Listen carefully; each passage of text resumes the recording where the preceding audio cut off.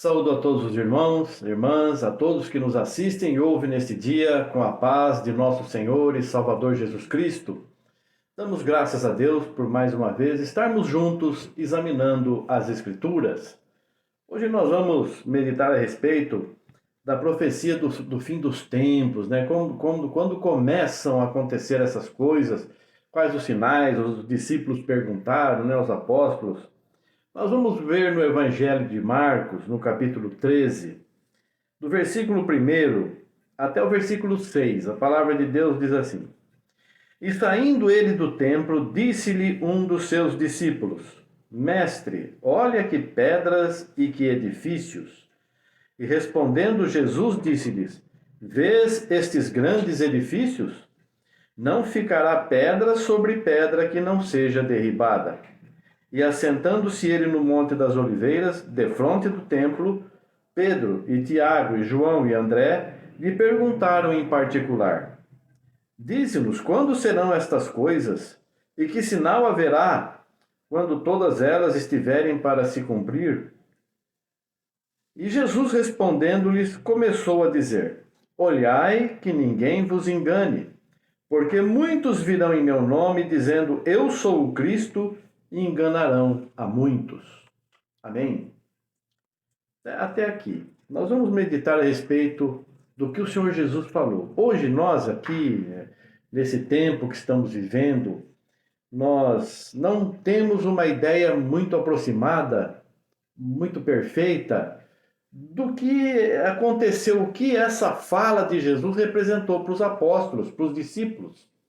Veja bem, eles estavam falando ali. Eles tinham saído do templo e um dos discípulos estava dizendo: Olha que pedras, né? Que edifícios. Ele estava se referindo ao templo. Era um orgulho para o povo judeu aquela construção. Era uma coisa muito maravilhosa, era uma glória, né? E Jesus disse: Vocês estão vendo isso aí? Não vai ficar pedra sobre pedra que não seja derribada. Isso aí foi um golpe tremendo no coração daquelas pessoas. Como, Senhor, não vai ficar pedra sobre pedra? Um templo que demorou 40 anos para ser construído e vai ser destruído assim, dessa forma? Nós não vamos permitir uma coisa. Não falaram isso, mas o que o Senhor Jesus estava dizendo ali era tão impensável naquele momento que eles nem se tocaram no que estava sendo dito. O Senhor falou, agora vamos ver, né? E em seguida, os apóstolos, né, Pedro, Tiago, João e André, perguntaram em particular para o Senhor Jesus: Dize-nos, quando serão essas coisas? Que sinal que vai ter da tua vinda?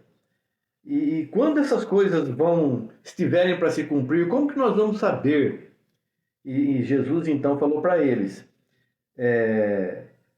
Olhem para que ninguém vos engane, porque muitos virão em meu nome, dizendo: Eu sou o Cristo, e enganarão a muitos. Essa foi uma outra coisa tremenda que o Senhor Jesus disse para eles. Eles estavam andando com Jesus, estavam vendo as maravilhas que Jesus fazia, estavam vendo todos os milagres, os ensinamentos, e tinham entendido muitas coisas já, e não tinham temor de servir a Jesus e seguir a Jesus. E de repente, Jesus lhes diz assim, que no fim, quando estiver para acontecer essas coisas, muitos viriam em nome dele, em nome de Jesus, dizendo que eu sou o Cristo, eu sou o Messias. Como? Se o Messias estava ali, como que poderia acontecer uma coisa dessas?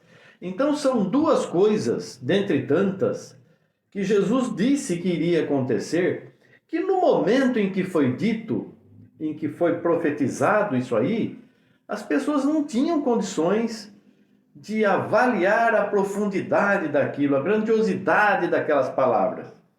Hoje, aqui nos nossos dias, nós estamos começando a compreender o que significam essas palavras. Essa derribada do templo aqui era impensável, como hoje seria impensável as coisas que estão acontecendo.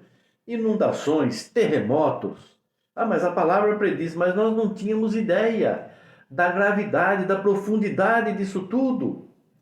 Então, nós estamos começando a ver hoje guerras, rumores de guerras, inundações, e nós ficamos atônitos. Como é que pode? De quem é a culpa? É o homem que causa tudo isso? Sim, tudo é culpa do homem. Desde a queda lá no paraíso, por que Adão e Eva foram expulsos? Por causa do pecado. Qual foi a consequência do pecado? A expulsão do homem do paraíso, do Éden, do jardim do Éden. E Deus amaldiçoou toda a terra por causa do pecado de um homem e uma mulher. Toda a terra foi amaldiçoada. Cada um recebeu seu castigo, ainda individual. E até hoje perdura essa maldição e nós estamos procurando voltar para os braços de Deus. E o Senhor abriu uma grande porta para nós, que é a salvação através da misericórdia de Deus. Uma salvação gratuita, uma salvação pela graça, pela fé. Não é pelas obras para que ninguém se glorie. Então, desde lá do Éden, da queda do homem, nós estamos vendo Deus castigando a humanidade, mostrando, repreendendo.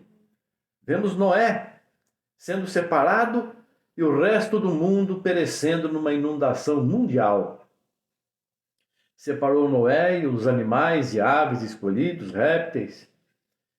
E tantas outras ocasiões está profetizado também que o mundo está reservado para o fogo nos tempos finais. E hoje nós podemos fazer uma ideia. O que será esse fogo? Se o mundo não vai acabar com água mais, o Senhor prometeu, não destruirei mais toda a humanidade com água, mas mesmo assim estamos vendo por todo o mundo, não só aqui no Brasil, mas em todo o mundo, inundações, inundações e inundações. Porque o homem ainda precisa ser castigado? Sim, e muito, tudo por causa do pecado. E Deus permite essas coisas e faz essas coisas acontecerem para que nós despertemos e possamos compreender que só Ele tem poder. Precisamos nos recorrer a Ele continuamente. Não pensar que temos poder, que temos conhecimento. Basta um pouco de um período de paz e harmonia e de uma elevação financeira do povo que todo mundo já debanda, já vai viver sua vida carnal, terrena, aproveitar a vida e se esquece de Deus. Então Deus precisa vir avisar o povo. Eu estou aqui, estou observando. E Ele faz uma coisinha para Ele tão pequena e para nós tão destrutiva. Quantas vezes Israel pecou e Deus permitiu que o inimigo derrotasse o povo fosse disperso, depois reagrupou novamente, perdoou aquela nação e outra vez pecavam e Deus vinha e deixava acontecer coisas terríveis, levavam cativos, ficaram 400 anos escravizados no deserto, no Egito, perdão, 400 anos escravizados no Egito. Depois Deus lhes deu a liberdade, levou para uma nova terra. Então, irmãos, todos esses fatos que nós estamos vendo hoje é para que nós possamos despertar. Não tem onde o homem correr, não tem onde o homem se esconder de Deus. E a gente vê aqui na antiga lei, né? No Velho Testamento, no Antigo Concerto, se você se esconder nas estrelas, se o homem se esconder nas estrelas, de lá o derribarei. Não tem onde um homem se esconder de Deus. O juízo de Deus está vindo sobre toda a terra, não sobre uma pessoa só, ou um grupo, ou uma quantidade maior de pessoas, não. Está vindo sobre toda a terra, e vai chegar o dia em que tudo será destruído pelo fogo. E o apóstolo Pedro nos fala que pessoas vos convencerem santo trato e piedade para suportar todas essas coisas que hão de acontecer.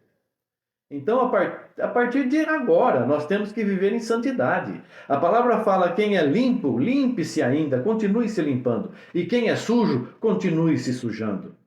Isso tudo está mostrando quem está servindo a Deus e quem não está, porque é uma promessa de Deus.